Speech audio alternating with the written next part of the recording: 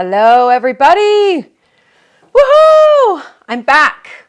After a 2-week hiatus. The reason being is I did a little traveling and to my little Italian house, but also we've had some sort of hiccups with the Muniment room. And that's what I'm going to be talking to you guys about today. So thank you so much for everybody joining. I can see everybody. Do say hi to everybody, to each other. You guys are an amazing community. I also just want to do a big shout out. We've got Victoria on, who's been on one of the lives beforehand, who is the series producer director of American Viscountess. And we have other really amazing historic house videos coming up for you very soon. I do want to say really quickly, those of you joining, guess what? I have another special guest. So I had Victoria on before. I think that might have been almost the last one I had live, or maybe I had one after that. But I have another special guest coming on in about 15 minutes. So hold on to your horses, everybody. And do, again, keep going through the chat. Let me know where you're tuning in from. America, we've got South Africa, we have Germany. Oh my goodness. Let me know the states that you're tuning in from. It's brilliant just to see so many people from around the world, not only tuning into this, but really interested in Alberta Sturges, our American heiress. And I really want to start this session by quickly saying that I had a wonderful meeting 2 days ago. So the meeting was with, and I'll put it in the chat here, was with AM Digital, and they do outstanding, curating really collections. They're just incredible. They're one of the top, top cataloging, archiving, digital solution collection companies in the world. And I mean, their archives are incredible. And they then, of course, sell these collections off to like Harvard, Cambridge, Stanford, huge universities. And we, Lucy Bell, who is from Texas, but has lived over here in the UK since she was 17. She's now 24, going to be 25 this year. She is my in-person volunteer for the Alberta Research Project. And she did her undergraduate in medieval history at St. Andrews. She's just finishing off her master's at Cambridge. And then she'll be doing her PhD back up in St. Andrews. So it's brilliant that I have Lucy here with me as an in-person volunteer. And again, that's going to help me manage a little bit this enormous collection, which we believe will be the largest American heiress collection ever to be found. I repeat that again, the largest American heiress collection ever to be found and then archived. And the reason for that is, let me just explain a little bit.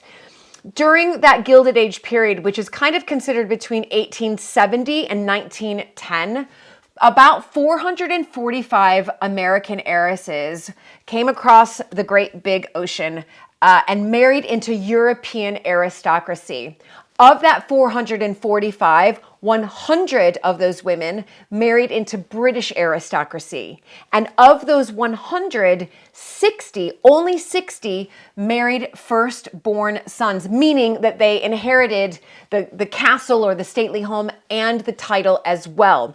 So 60 of those, and most of those 60 have been researched and uncovered. And the reason that Alberta hasn't is, well, because it's been her collection has been sitting in the Muniment room ever since her death.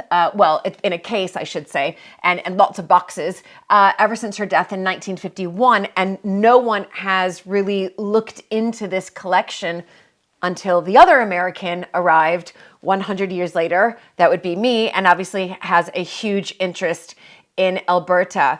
So if you're asking why would this be considered the largest American heiress collection, I can answer that as well.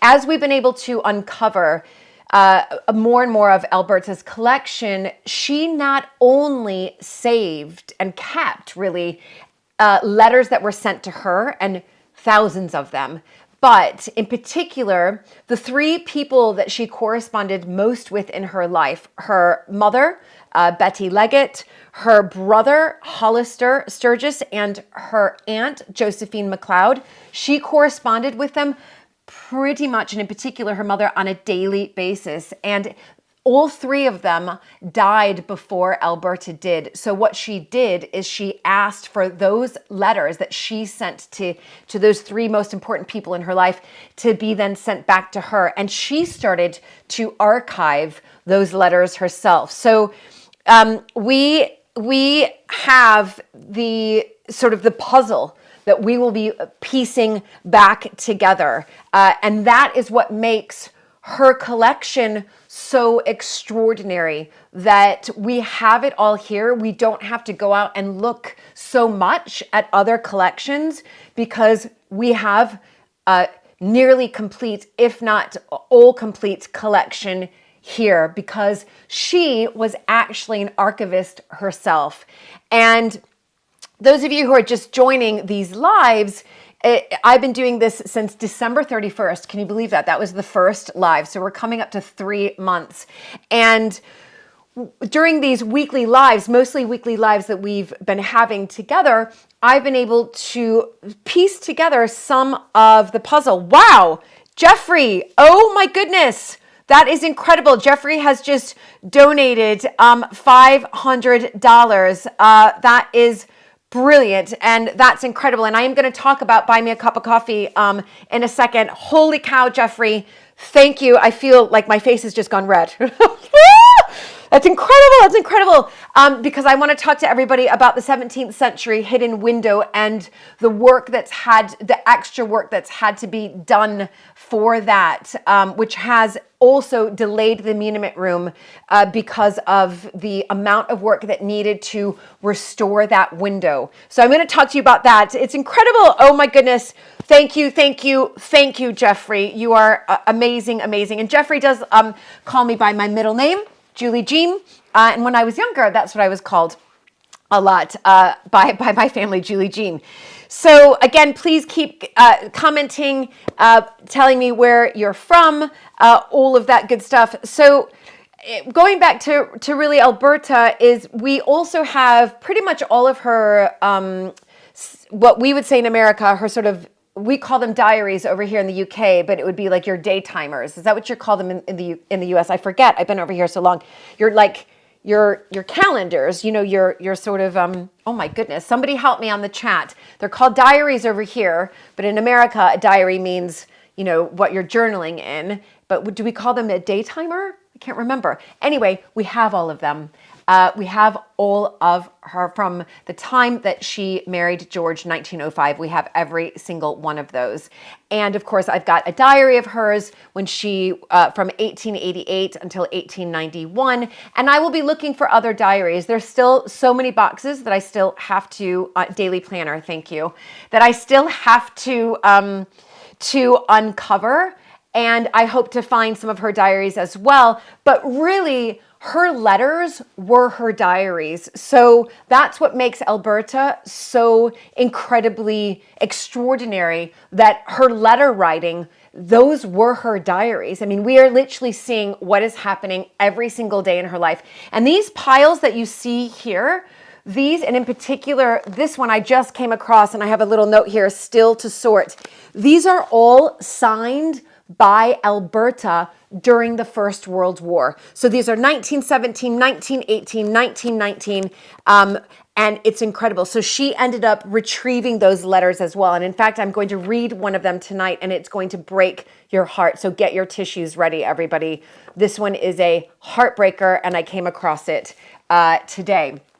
So I just want to, there's so many things I want to catch you up on that I thought I would just start with the Muniment Room renovations. You guys have been incredible. Jeffrey, amazing, amazing, amazing. Thank you so much, because we have had to, we're back up to speed. I will be, FYI, painting the ceiling tomorrow. And the ceiling color, it's a white, but it's called Holland Park, and which is an area in London. We are using Mylands paint. They have kindly gifted us all of their paint. And Mylands is used very much in royal palaces and a lot of historic houses as well.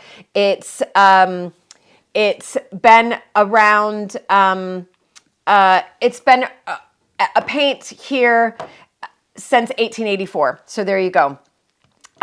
So the Muniment room, we know that we had a little bit of a leak. The lead roof is directly over the Muniment room. That lead roof is over 100 years old, but it's in decent shape because it's protected from the environment in particular. When I mean the environment, sort of even wind and sun, because it has has three stone walls around it. So it's not in terrible shape. However, there are cracks that have been forming on it. We will have to replace that lead roof in about 10 years time, if not before. But we've been able to seal the cracks that we found on the lead roof, and then we had to wait a few days for rain to come.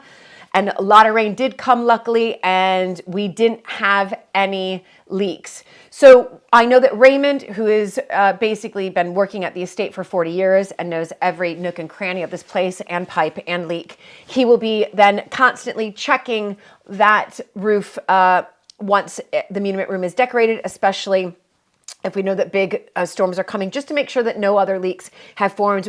There is a way that we can repair it, which is fantastic. So so that's number one. So once that dried out, we were then able to Zinsser the ceiling. Then, of course, we found the 17th century window, which has been just incredible. I mean, everybody here is so excited. But when we uncovered that window, the stone around the window had not only 5 layers, everybody, 5 layers of paint on it, but it also had been repaired in the past with cement. So remember when cement sort of came, it was this sort of new material that everybody thought it was like the wonder building material to use. And actually it's not environmentally friendly. It can't breathe. And in fact, it's terrible to use. So we're now having to redo what was done sort of, 60, 70 years ago.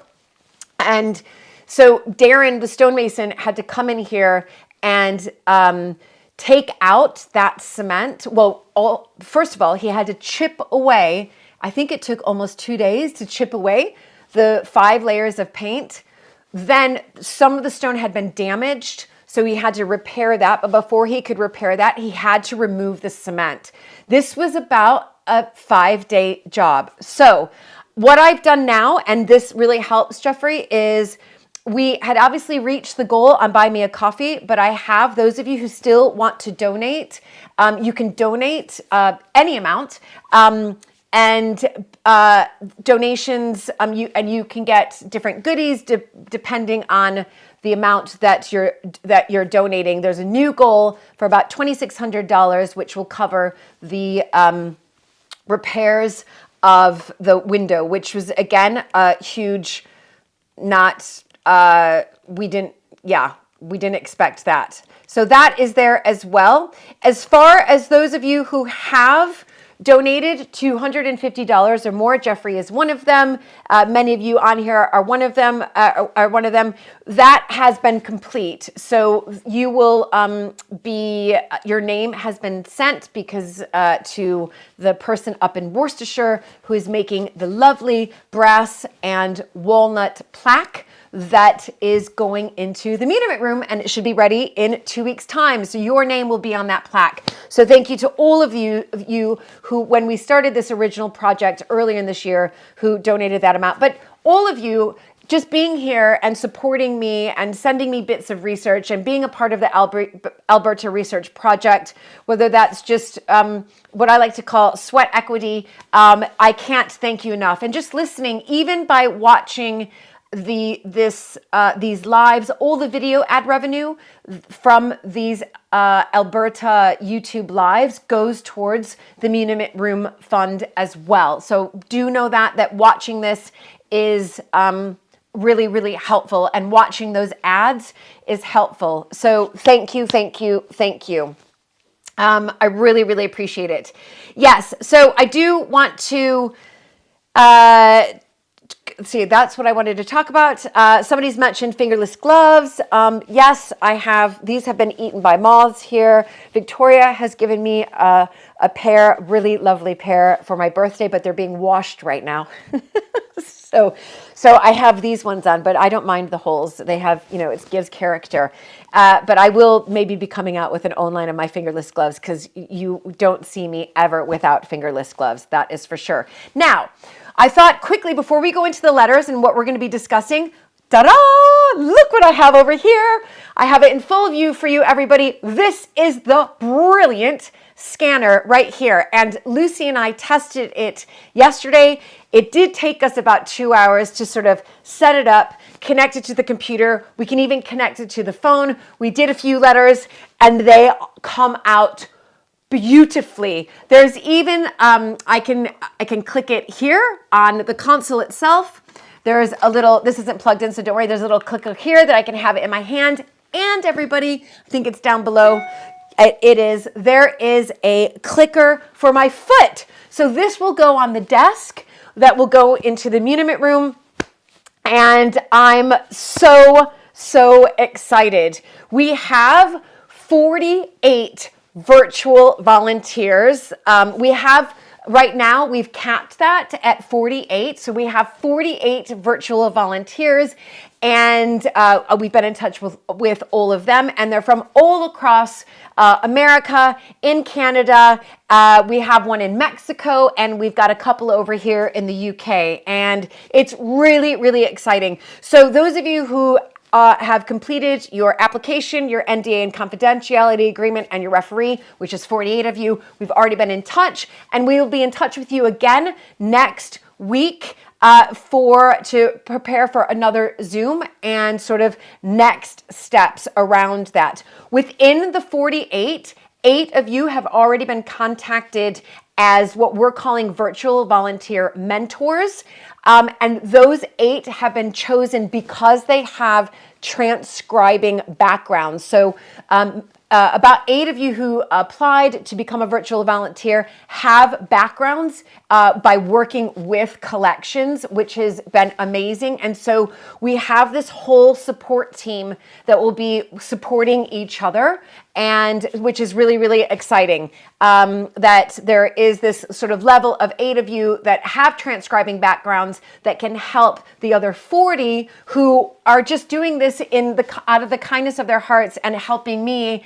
And because these are difficult letters. And of course, Lucy and I will be here as well to help support everybody. And all of us, all 48 of us, will be meeting every single month on Zoom, which is very exciting. But those of you who are joining now who aren't a part of the virtual volunteer program, we will be able to thank, in particular, these 48 volunteers who will be transcribing all of these letters, as we will still be meeting once a week, mostly once a week, on a YouTube Live, where I will be reading out some of the letters that have been transcribed by these incredible virtual volunteers.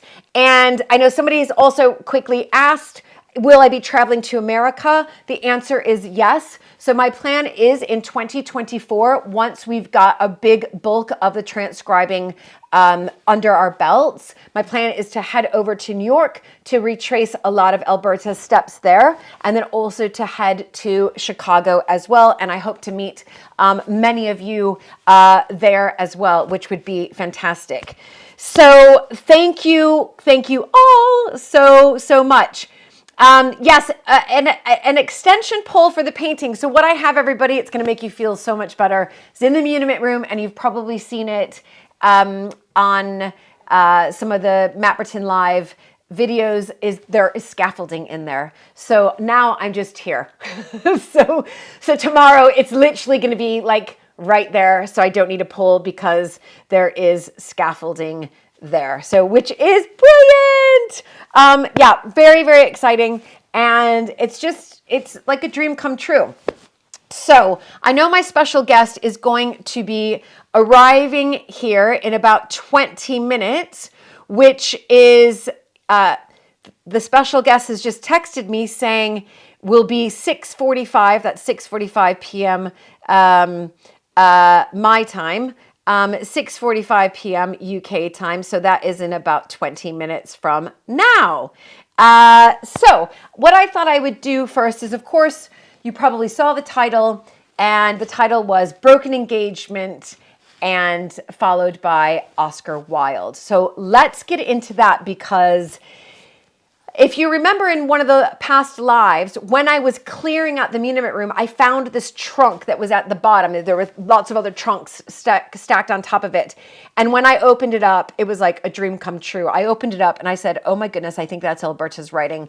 And there were, I don't know, maybe 40 or so packs of letters like this, tied in ribbon by Alberta and with dates written on it. So 1905, 1906, 1907, I've read a couple of those.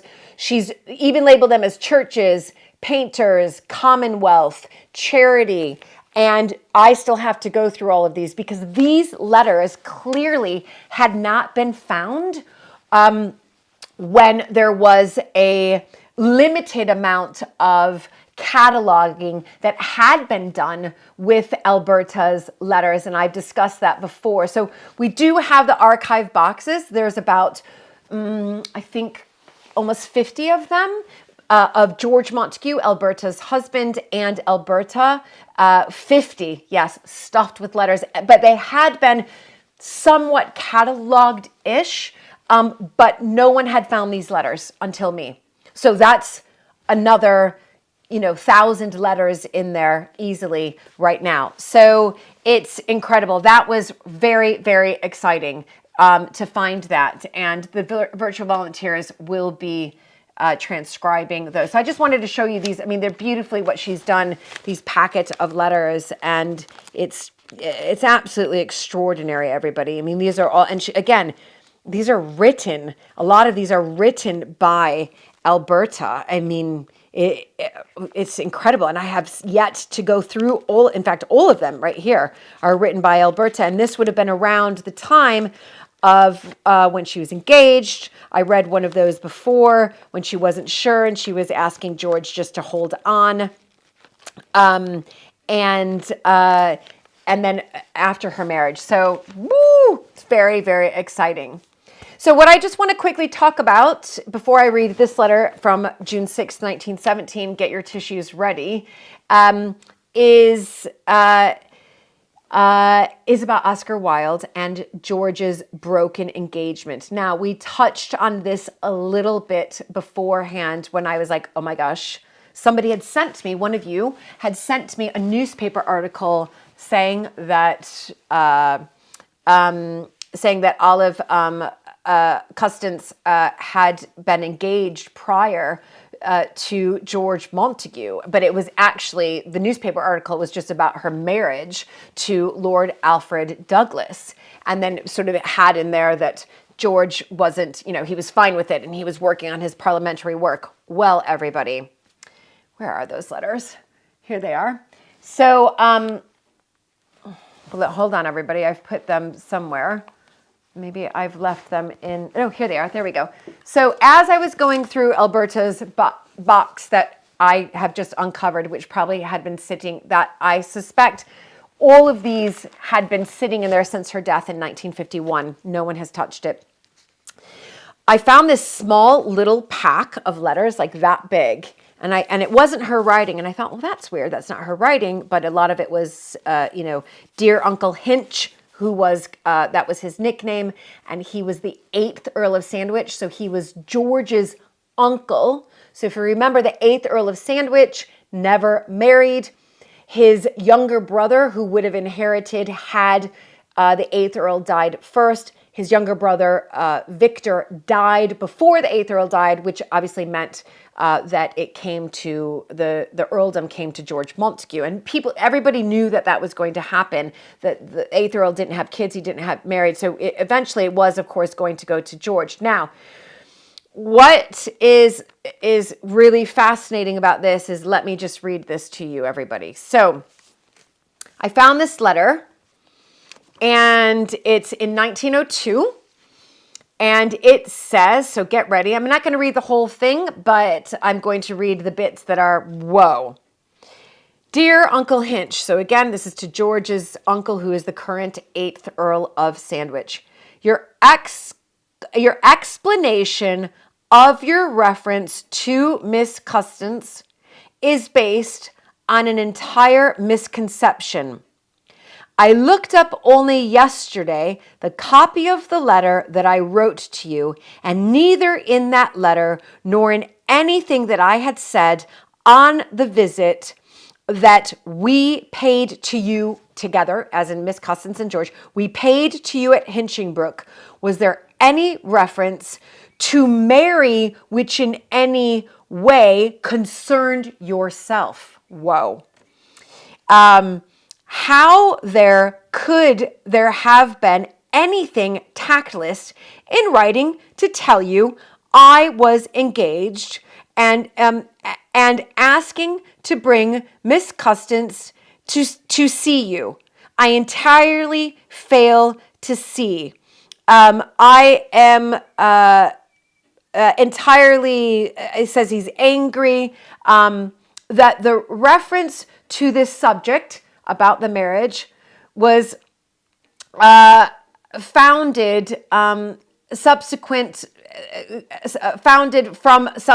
events, but as no allusion whatever was made to the exception as far as you are concerned, I fail to see how you were in any way inconvenienced or how I was tactless. So he basically is engaged right now to Miss Custance, yeah, and is engaged to her, and I'm going to talk about her in a second.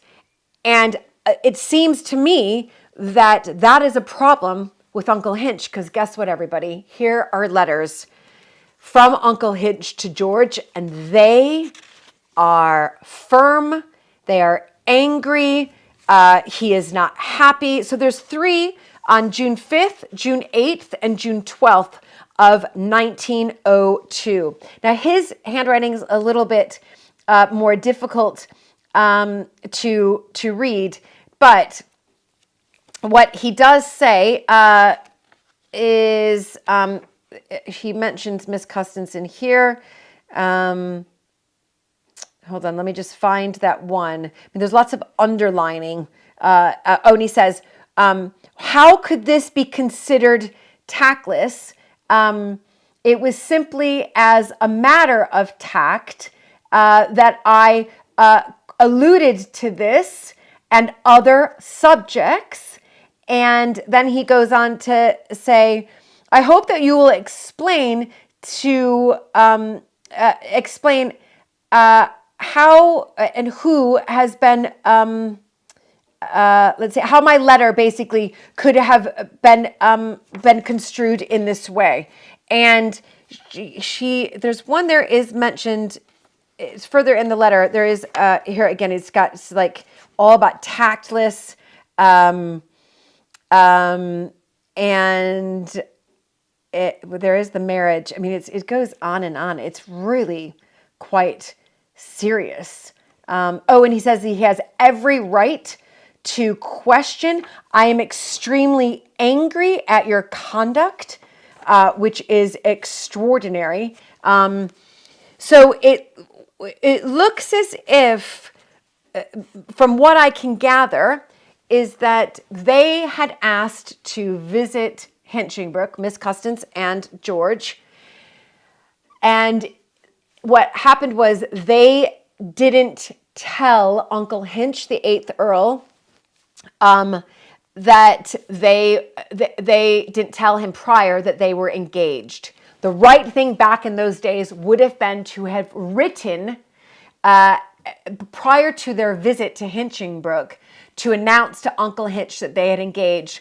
But it sounds to me, from what I'm reading in here, is that at the visit, they told Uncle Hinch, the 8th Earl, that they were engaged in person, rather than having the courtesy to write and almost ask for his approval. And so it caught him off guard, and he was saying, it's a tactless way of doing it. You should have asked me. And there's a lot of anger going through here. So 3 letters. I mean, it's incredible, absolutely incredible. And we do know from George's memoirs that obviously he married Alberta, and there is a paragraph in one of George's memoirs, and I'm sure I can find the letters as well, if I just look at 1905, and they could be actually in this packet, is that I know that when Alberta went to Hinchingbrook for the first time, I know from George's memoirs that he said Uncle Hinch was very rude to her, and that she ended up staying the rest of the night in her room.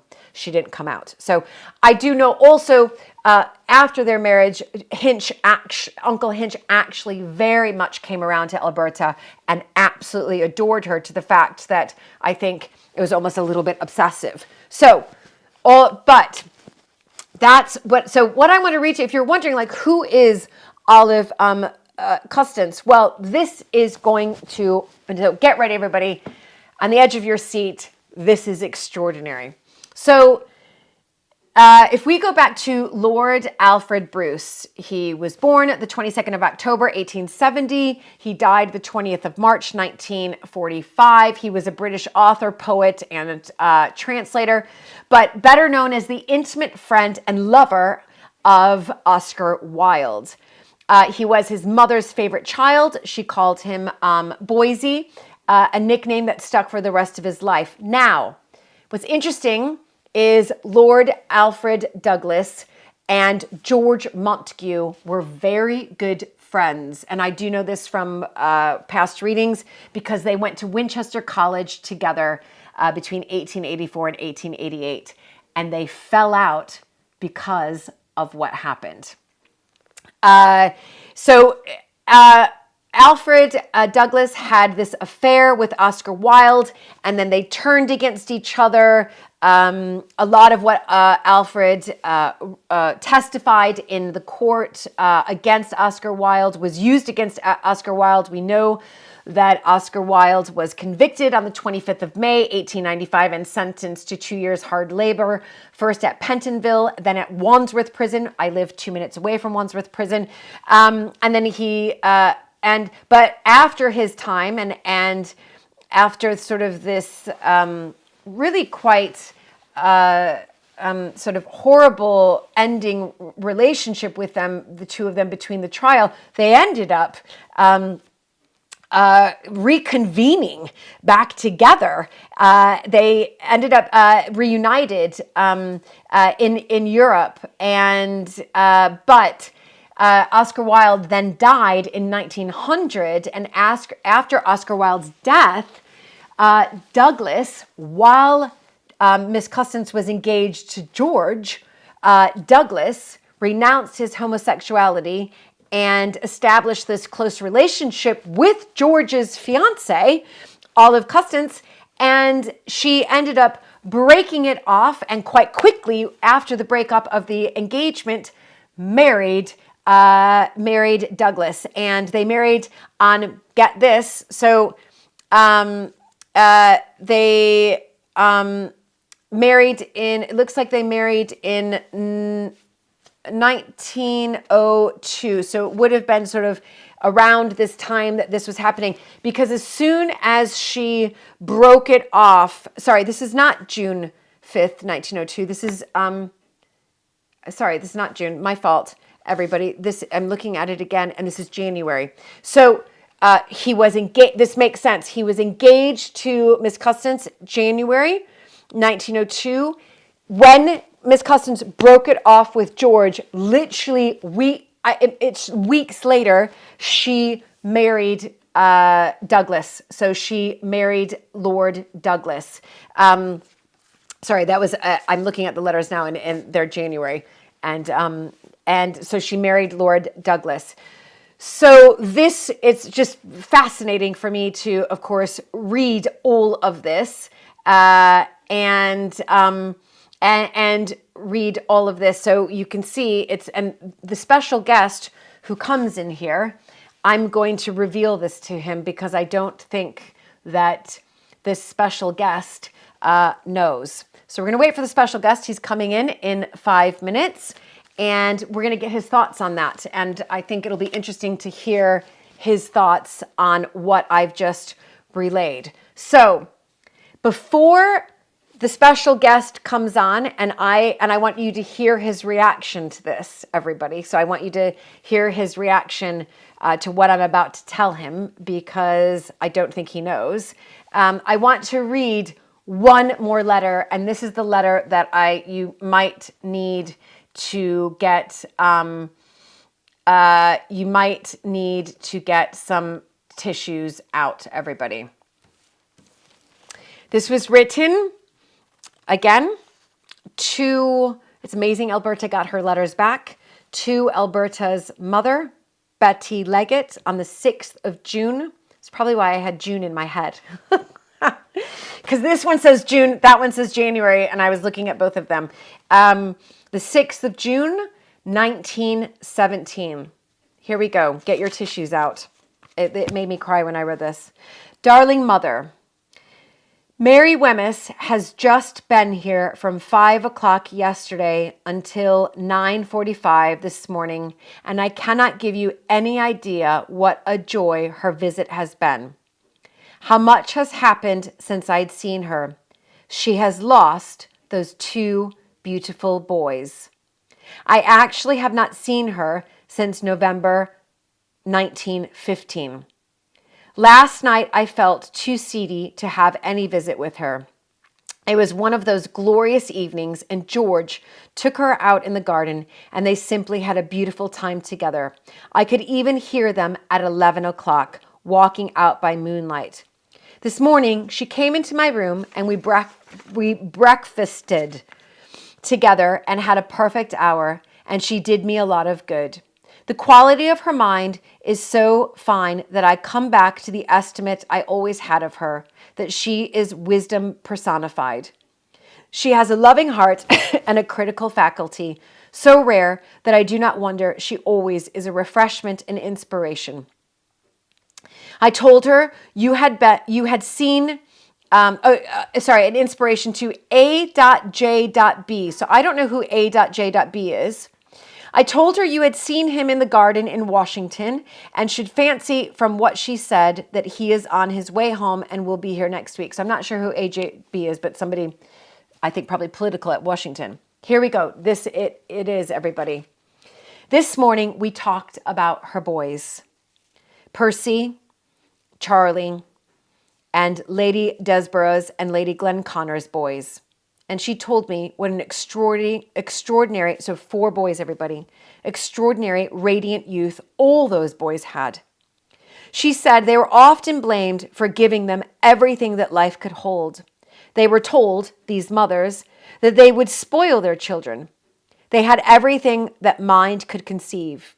Constant intimacy with their mothers, every moment of the holiday given up to them, everything that love, forethought, or money could provide, and not one betrayed the trust composed in them. All these boys went happily through school and college, all with a sort of crusader spirit, met the war when it came. Some married the women they wanted and were happy. Not one ever grumbled about the horrors at the front, and everyone has gone except Guy.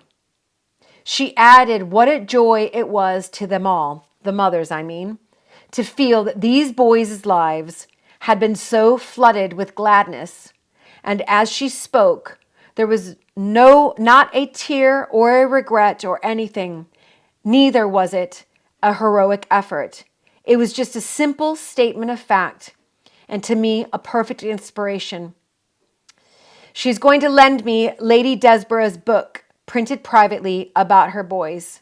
If it is as beautiful as I am told it is, just a record of letters and a few pages from her own diary, I shall ask Lady Desborough to give it to me for the library here.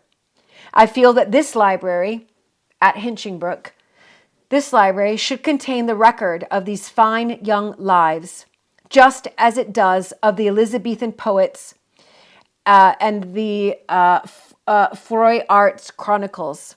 England in our generation has given to its history as fine a page and one as romantic and amazing as anything in Crusade times. And so then she just sort of carries on a little bit more just about her own personal life, about their children.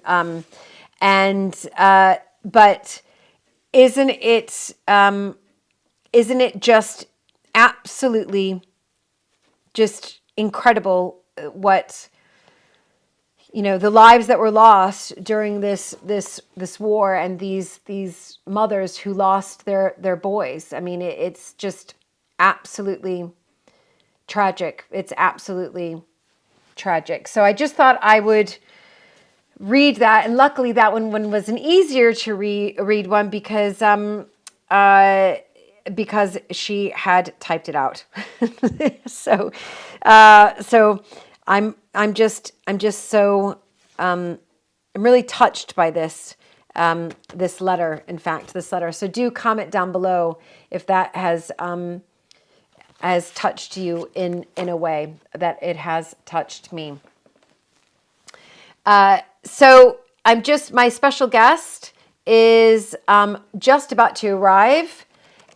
I think I hear footsteps down the corridor right there, but just wait for the special guest. Yes, I know, Victoria, I knew you would have felt that. I mean, and isn't it quite extraordinary the way that just the beautiful writing and the beautiful words that Alberta so eloquently puts to paper, I think, in all of her writing. And that's what makes it so unbelievably special to read her to read her letters.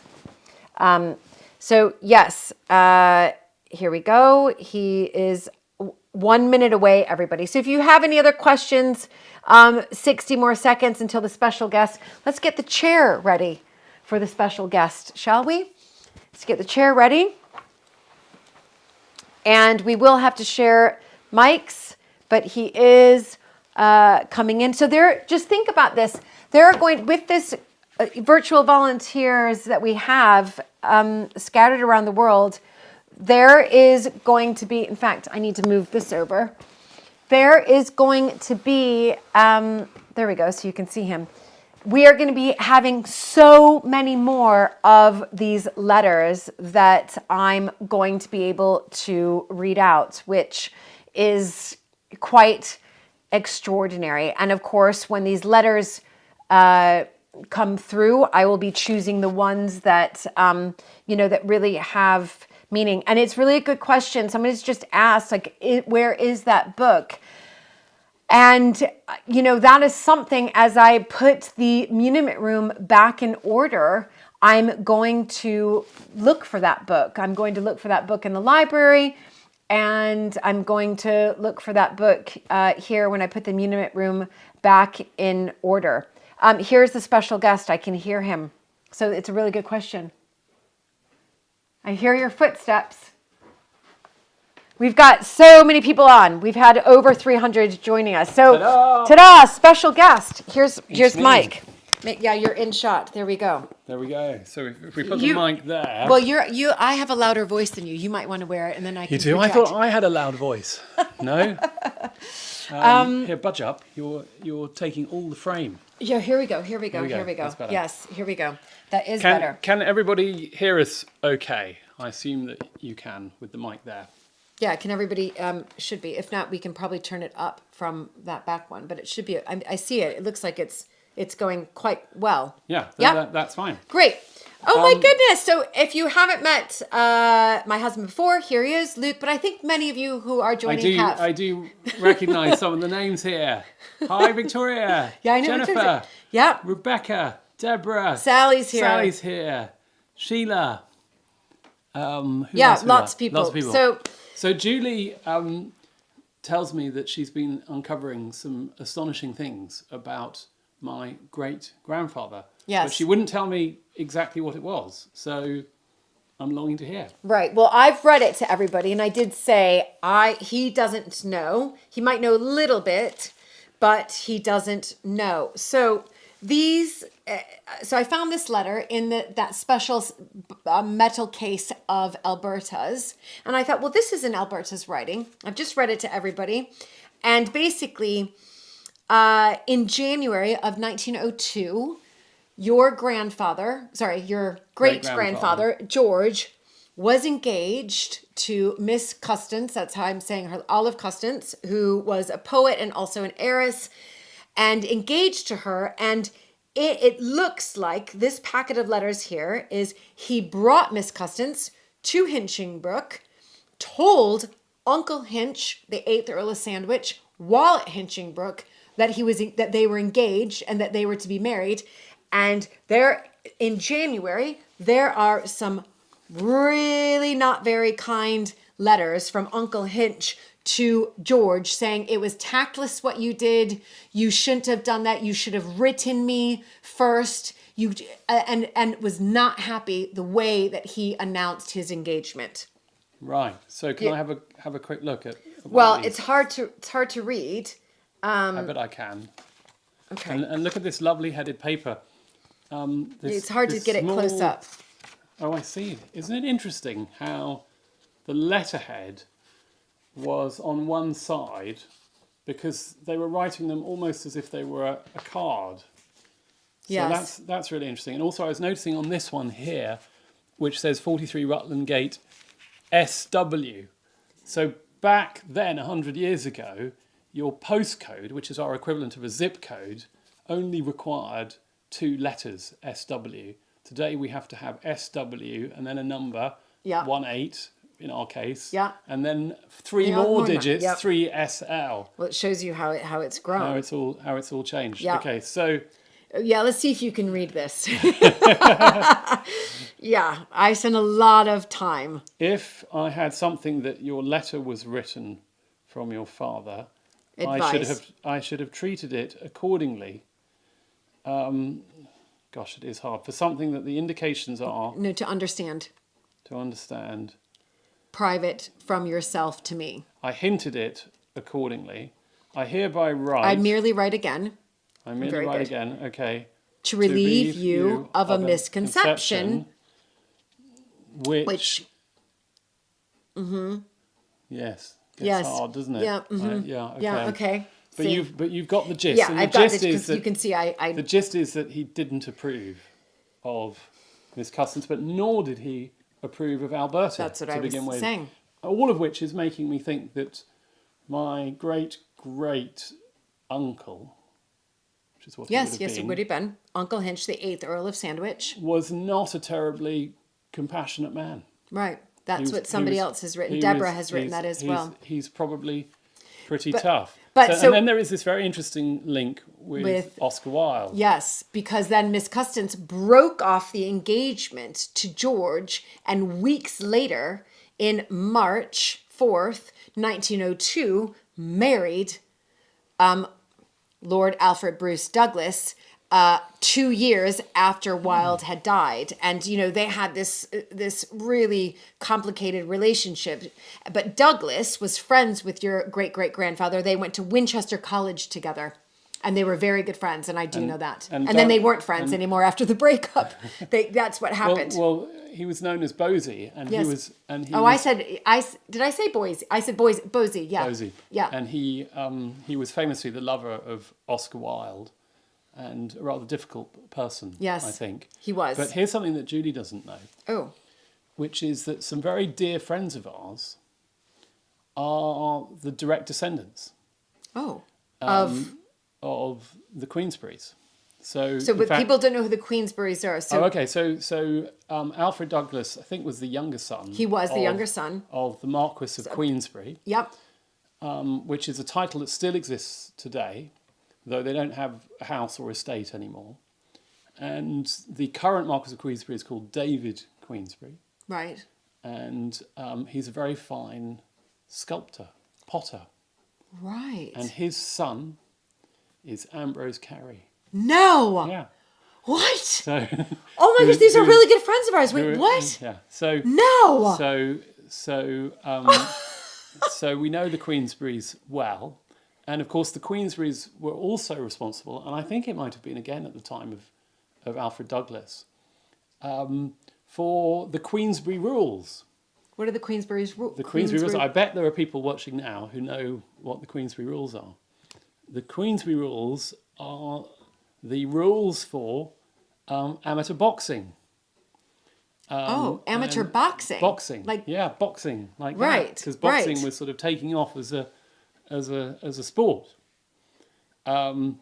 So what I'm interested in is if Alfred Douglas married her, that must have been after he was sent abroad. It was after his affair with Oscar Wilde. It was. So he came back and was sort of reconciled with society, and it's interesting, isn't it? Because that was an immense scandal at the time. And he testified against him, Oscar That's right. Wilde. Well, that's why he was convicted. He was convicted, and he went to Reading jail. No, he went to Wandsworth, Pentonville, Wandsworth, and then Reading. But he was at 3 of them. So Reading jail, where he famously wrote the Ballad of Reading Jail, which is a very fine poem. He knows so much. Look at all these. Yes. We got. Look, Deborah's here saying happy to be helping me save the Eagles. Deborah, thank you so much for that. And anybody else who is interested in we'll do that right now. Our Eagle fundraising, and many of you I know have supported it. It's gofundme.com/Mapperton Eagles. We're doing really well, and I'm hoping that we're going to have raised enough quite soon so that we can get the first eagle going, which is brilliant. So thank you to anybody who's supported that. We do have just a couple more things. We have somebody who's just mentioned about Tracy. Looks like lives near Ridgely, which is amazing. That's where obviously I have a letter, Tracy, in here. I've Ridgely been, Manor in 1905. So I need to read those. And I've stayed at Ridgely several times. What? Yeah. I didn't know this. Yeah, See, so we go on these lives, and I learned something new too. Ridgely was owned by the Margisons. Well, the Legates originally. No, but it passed. Then it was inherited by Viscount Margison, who married. Let me just explain. So Frank Legate married Betty Sturges after William Sturges died. Frank and Betty was Alberta's mother. Frank and Betty had one child together, Francie Legate. She then married a Margison. That's how it came. And Frank Margison, who I knew in the 90s, I used to go and stay with up in upstate New York, and he was a very sort of colourful, very traditional British upper class character, and he had the most wonderful plummy accent. In fact, his accent was so quintessentially British that he was employed by British Airways to do the voiceover on their advertisement, where he would say, "British Airways, the world's favourite airline." So if you remember that ad from the 90s, that was Frank Margison. Right. That's straight amazing. From Ridgely. I do want to just point out, Jeffrey has given $500 for the Eagles. Jeffrey, yeah, you're an absolutely astonishing star. Yeah, and they will fly again. Isn't that sooner? Isn't that as a result. So yeah, for the Eagles. The other thing I just want to mention, everybody's asking about this. I read this incredible letter, and it's awful, and I think it brought many tears to people's eyes. And Alberta, during the war, had a friend over who lost 2 boys in the war. It's heartbreaking in the First World War. But what she did say, and it was really interesting, is she says this, Luke, and this is what I found really fascinating, is she says... here it is at the end. I just want to see. And everybody, I'm sorry, I'm reading it again. It says, she's going to lend me Lady Desborough's book. Lady Desborough lost a child in the war as well, printed privately about her boys. She lost 2 boys. It is as beautiful as I'm told, just a record of letters and a few pages from her own diary. I shall ask Lady Desborough to give it to me for the library here at Hinchingbrook. I feel that this library should contain the record of these fine young lives, just as it does of the Elizabethan poets and you know, I just want to make sure I said that right. Yeah, I can't really read that. Is it German? Freikarte. Froyart is what I thought it said. I think it says Chronicles. Okay. Freikarte. Maybe Yeah. no, Froissart. Froissart, the Froissart The Chronicle. Froissart Chronicles. England in our generation has given to its history as fine a page and one as romantic and amazing as anything in Crusade times. So I wonder if we have that book and she, you know, I don't know if she ended up obtaining it. I don't know. There's a lot of books here that we have still to explore. And interestingly here, she also refers to Drogo. So it's very sad that she's talking about young men dying in the First World War.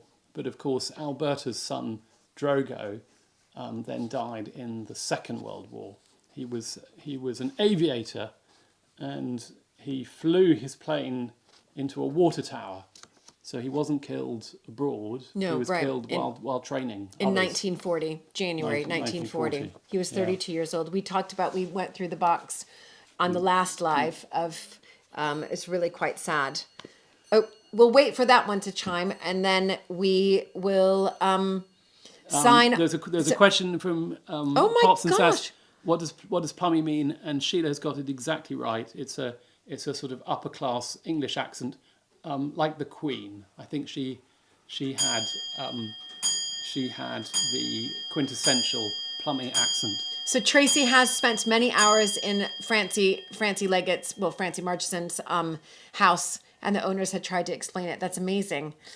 Which house is that one? Ridgely. Oh, in Ridgely. Yeah. Right. So we do have a question. Do you have the book Boyhood that George wrote? He wrote it 2 years. We do. I've seen it in the Muniment room. George wrote a book, Boyhood. Did he? Yeah. I didn't even know that. We have it, Deborah. Was that linked to his work in the Little Commonwealth? Yes. So George and Alberta founded an organisation called the Little Commonwealth, which was seeking to rehabilitate wayward teenagers, Yes. essentially. What would have been called Borstal or Reform School, but it was trying to give them a lot more control and agency over their lives, and they had their own currency. And it was based over the hill here, somewhere called Flowers Farm, not far from... Well, we'll have to look at Yeah, it because so- in that metal huge case, there's a bundle of letters just like this that says Little Commonwealth. Does it? Yeah, Well, there you go. this thick. That's a whole other strand. And he was My he was ahead of his time because he was focused on rehabilitation rather than retribution for what they'd done. Wow. Thank you, John. It looks like YouTube. I didn't know that YouTube pops up ads in. Do you know Clematis Cottage? No. No. So Tracy, you're referring to a different Leggett house, I think. So I don't know anything about Clematis Cottage. Well, it might have been on the Ridgely estate. There were different cottages. There are different I think it houses is there. Ridgely. It is Ridgely, Yeah. and there were different cottages, and they might have just been renamed. And then one more I just want to point out here really quickly is somebody said that they Douglas lived, I believe, in Queensbury House, which is 2 minutes from where I live. Would that be right? I don't know where Debbie lives. Right. So quite hard for me to comment. I don't know where that is. I don't know. No. Well, we now obviously have another strand to explore, which will be explored during the virtual volunteer program. Now we understand Little Commonwealth. I didn't know that either. I mean, you did mention it to me. And I think Alberta was really quite involved in Little Commonwealth as well. She has piles of letters in the thing. I didn't understand what they said. That's a whole new chapter of your And especially of your book, Julie. So what's happened to it if it's near here? Well, it's become a place where people still go. It's a Franciscan friary, so it's a place where that welcomes young people who are having troubles in their lives today. Right. Which I don't think there's a direct link back to the Little Commonwealth, but I think my great grandfather might have given it for those purposes. In fact, I think I read somewhere that he did. He was very good at giving properties away. Very generous. George was, yeah. Really quickly, Tracy has said Clematis Cottage is the original estate built first. Ridgely was built.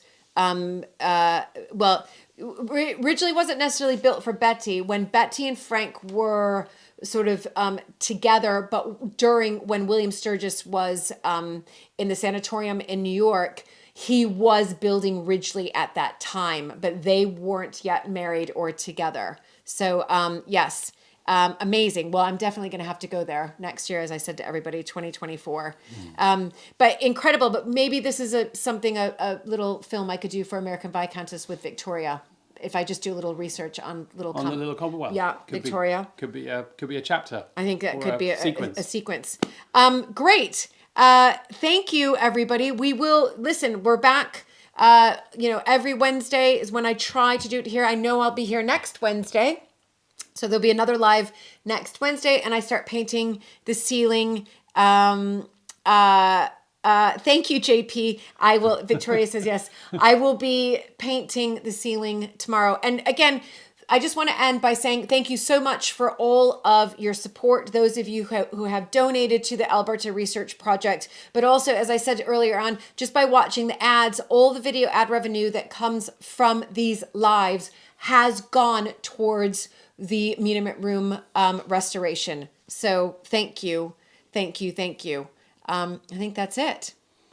Great. Is that it? And have I been an okay special guest? What does everybody think? Do I get invited back?